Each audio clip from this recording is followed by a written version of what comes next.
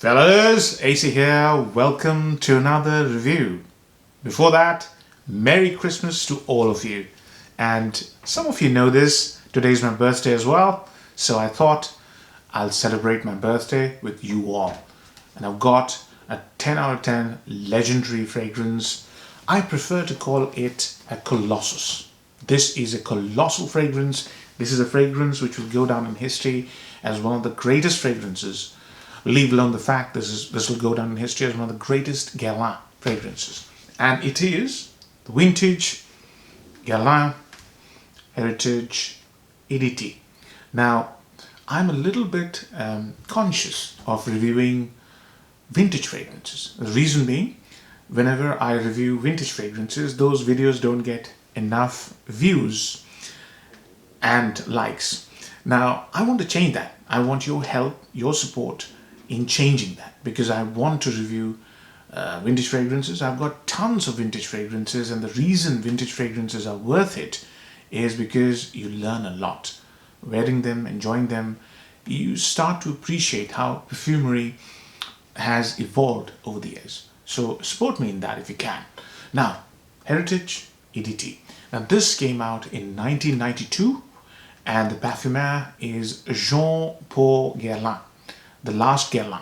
After that, it was the reins passed to many hands, and then eventually to Thierry Wasser, who's doing an outstanding job. And I've not tried the EDT, the current version of the EDT, but I hear it's equally nice. But this is a vintage version. My bottle is from the 90s. As you can see, this bottle is a work of art. The bottle design looks as if it's a spacecraft, and it is something like that. It's sci-fi, high-tech, that kind of stuff. The cap is golden. You can also get vintage bottles which have a smooth design, and they have a gold top, I think, for EDT and silver top for EDP, or maybe the other way around. So I can't remember. I haven't got the vintage EDP with myself, and the bottle I have got with me is a splash bottle. So let me first remove one problem. A lot of people I hear don't want to buy splash bottles. It smells amazing off the bottle because it's difficult to spray. So what you can do is get yourself a decant, whatever size you want. I've got plenty of 5 ml, so I just, decant some of it into this, enjoy it, and then when this is empty, I'll refill. And if you don't know how to do that, I've got a video on that as well. Right, so let's get started with Heritage EDT, and I'm going to just put the bottle here just for you to admire. Yeah, this is an original 90s bottle. It's an amazing, one of the most precious fragrances in my collection. Now, I don't want to spray another one because I've got to dry down. Let me see. Yeah, this is a pretty decent dry down. So let me start reviewing the fragrance. When you first spray the fragrance, you're greeted by a smell which is very effervescent, almost fizzy, just like pouring your favorite cola into a glass on ice. It's not cold, so forget the ice bit, but it's exactly like sparkling cola. Yeah, it's very effervescent because there's a heavy dose of juniper berries in the opening. Now this fragrance is classified as a woody spicy fragrance, right? But to my nose, this is the structure of a chypre, and it is so amazing. This fragrance is so amazing that it has been copied over and over and over. So I'll give you some examples before I go into just past the opening. Yeah. So the number one fragrance I'd like to mention is this Chanel Coromandel. Yeah, this is the current formulation, the EDP. This is inspired by what was done by Jean-Paul Guerlain in Heritage. That's why I said this will go down in history as one of the greatest fragrances. Guerlain themselves have created a fragrance which is L'Ensemble de Guerlain, which is based on the same kind of structure, and I'll come to the structure in a minute. The other two, which I don't have in my collection, one is Dior's Patchouli Imperial, which I've reviewed. I've got a decant of it. And the other one is Zinjoff Richwood. Those, you can see these fragrances, they're Hall of Fame fragrances. They're all inspired by Heritage. And once you smell Heritage and once you smell the others, I forgot to mention Rouge's Danger. That is also inspired by Heritage, and I've got a comparison video. This video will be a little bit longer, I think, because I'm in the mood to celebrate my birthday. I'm going to give a lot of, time to this fragrance. This fragrance deserves time. So once you get past the cola opening, this fragrance is about 26 notes, right? And these 26 notes are heavily concentrated in the top and the heart. So let me explain to you what's in the top, how the fragrance progresses, and what's in the base. There are only 5 notes in the base. Now this fragrance is basically a woody spicy, right? So what are the woods here? The woods are cedar, sandalwood, and oak moss, if you can count that as a wood, and spices, tons of them. So once that opening fizziness starts to subside, you'll smell a very chocolatey, earthy patchouli. And then the spices come in. Number 1 spice is pepper, black pepper, pink pepper. Along with those spicy notes, there's coriander. Coriander gives this green freshness to it. And there are some green notes as well. And along with those green notes, there's a beautiful note of violet flower. And that violet flower gives this fragrance this sort of masculine but yet modern, translucent feel. The fragrance has a huge amount of oak moss. This one, 1990s version. As was the style in those days, loads of oak moss. Yeah. So if you're allergic to oak moss, proper oak moss, don't try this fragrance. This will make you sneeze. There's a lot of lemon here, huge amounts of lemon. And this fragrance, Heritage, was celebrating Guerlain's journey through the years, and it was heavily inspired by previous Guerlain masculine fragrances. Number 1, and not only masculine but also jicky. But number 1 is Rouge. This has a lot of lemon, all the lemons you can imagine. So bergamot, lime, lemon. I can't remember if there's grapefruit or not, but there's definitely, those 3 are there. And then this is inspired by Mouchoir de Monsieur. This one again is lavender, and there's a lot of lavender in the opening, and a lot of citrus fruits here with, I think, civet. These 2 are fragrances that I have reviewed. So if you're interested, you can check them out. I've also reviewed the Heritage EDT, which you can check it out. And also I've done a comparison between Rouge's Danger and Heritage EDT. So quite a few. I've done quite amount of work on this fragrance. So when that fizzy, lemony patchouli with spices, sort of slowly meanders into the sort of first 15 minutes, that's when you see that the star of the show is this rock star patchouli. This patchouli is not dominating, but it's the center piece of the fragrance. The fragrance is constructed around patchouli. It doesn't smell hippie. It smells green, earthy, spicy, chocolatey. A lot of fizziness because there's juniper berries and a lot of citrus fruits.